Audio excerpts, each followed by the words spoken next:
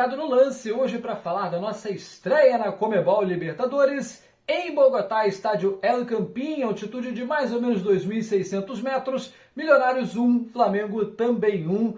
Começamos a fase de grupos aí empatando fora de casa, que é o mais importante, pontuar fora de casa e de forma inegociável vencer e vencer muito bem. As 3 partidas em casa é o essencial nessa fase de grupos. Antes de falar da análise do jogo de hoje, eu preciso lembrar você que já está disponível o Clube de Membros do Covil Rubro Negro. Venha fazer parte do Clube de Membros do canal que mais cresce no YouTube. A partir de R$ 2,99 você já tem vantagens, como um grupo de membros do WhatsApp. Então você pode participar com a gente, conferir primeiro vídeos, tem lives exclusivas, vale a pena se inscrever. Tem 3 níveis, R$ 2,99 é o preço de um cafezinho, com toda certeza não vai fazer falta e você ainda vai ajudar a crescer o trabalho aqui do Covil. Agora sim, vamos falar desse jogo, né? A altitude de 2.600 metros não é muita coisa. Dizem que ela só faz efeito mesmo a partir de 2.750. Então, cidades como Quito, por exemplo, 2.800, La Paz, onde vamos jogar mais para frente nessa Libertadores, 3.600, aí sim é um terror, mas isso não justifica a performance ruim que o Flamengo teve na Colômbia. Mas eu vou explicar alguns motivos que ajudam a entender por que o Flamengo saiu de lá com apenas 1 ponto e por que isso é bom.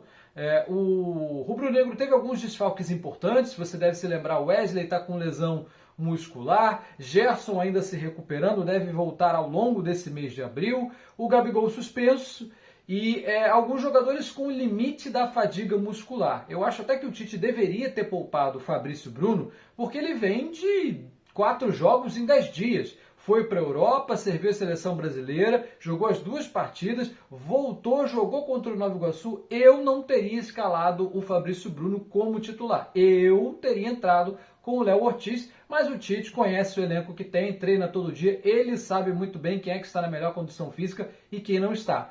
Ele trocou o Léo Pereira pelo Davi Luiz e lá na frente a principal mudança foi a entrada do Bruno Henrique na vaga do Luiz Araújo. Fora de posição, você deve se lembrar, Bruno Henrique é jogador de ponta pelo lado esquerdo, assim como o Cebolinha. Como ele não abre mão de escalar o Cebolinha, o Bruno Henrique foi lá para o lado direito. Ao longo do primeiro tempo eles inverteram, mas também não deu muito certo.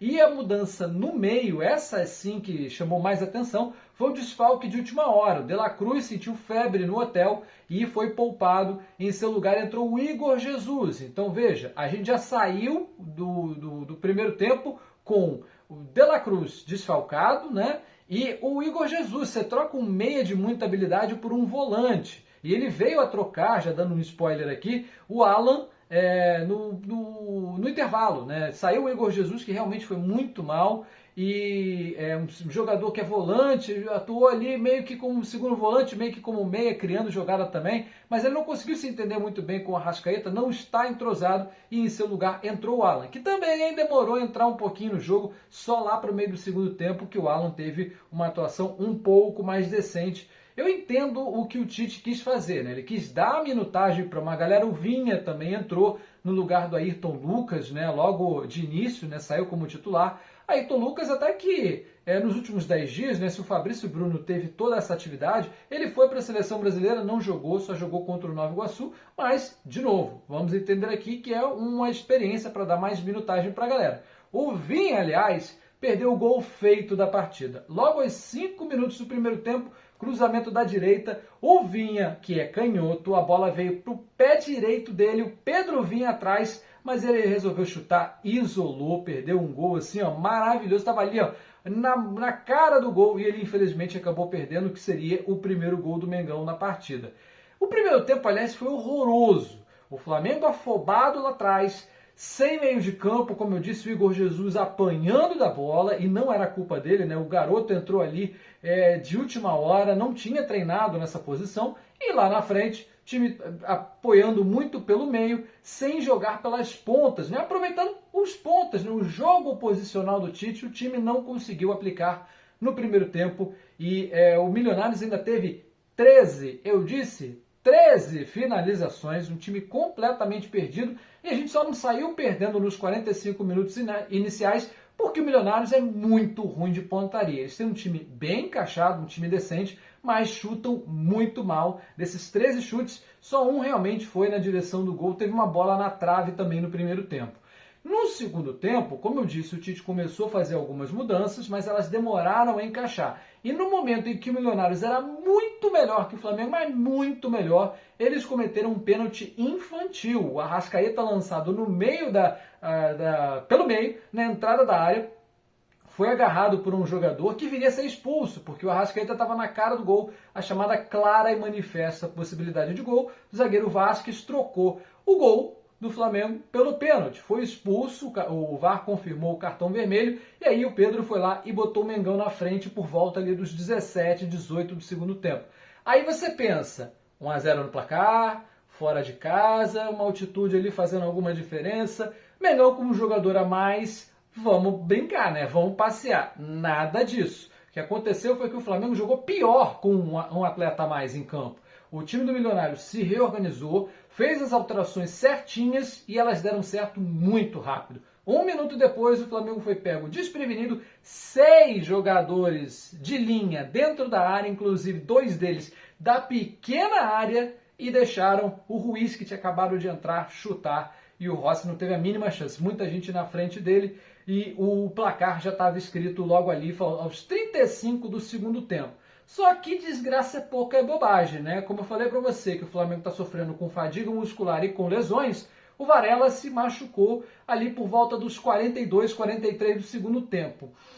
E aí não tem lateral direito, né? Porque o nosso excelente vice-presidente de futebol disse que estava muito satisfeito com o Varela e o Wesley. O Wesley nem viajou, o Varela se machucou no meio do jogo. O que o Tite foi obrigado a fazer? Ele colocou o Everton Araújo, que é volante, cria da base rubro-negra. O volante Everton Araújo teve que entrar para fazer ali, às vezes, de lateral direito improvisado. Entrou numa gelada o garoto e ele deve ter dado graças a Deus quando o árbitro deu o apito final, porque realmente se livrou de uma estreia pior.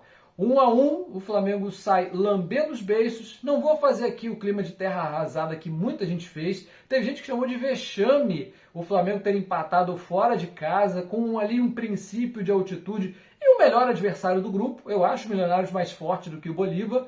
Então o Flamengo fez a sua parte, conseguiu o ponto, não saiu derrotado da Colômbia e agora traz a responsabilidade para si jogando em casa. Teremos 2 jogos agora em casa. Domingo, 5 horas da tarde, horário de Brasília, a grande final do Campeonato Carioca. Provavelmente seremos campeões, né? Tem essa vantagem de 3 gols. Só vai para os pênaltis se for goleado pelo Nova Iguaçu, o que eu não acho que vai acontecer, ainda que escale um time completamente de reservas. E a partir daí, quarta-feira, se você tiver como vir, venha para o Maracanã, porque a gente precisa lotar, encher, botar 70 mil para cima do Palestino e aí sim, de forma inegociável, sair com a vitória, com um bom resultado, porque quarta-feira que vem, sim, é o dia que o Flamengo tem que mostrar porque é um dos senhores da América, porque é um dos bilionários que enfrentou o Milionários e não conseguiu sair vencedor, mas se Deus quiser, estaremos numa posição muito melhor nesse grupo a partir de semana que vem. É para golear. Enfrentamos o mais forte da chave e agora vamos enfrentar o mais fraco na semana que vem. Então, meus amigos, meus queridos, vamos para cima, que ainda tem muita temporada pela frente. Esse foi apenas o primeiro desafio de abril. Ainda temos mais 7 jogos nesse mês pela frente. Agora é quarta, domingo, quarta, domingo, quarta, domingo direto. Grande abraço a todos. Até a próxima. Tchau, tchau.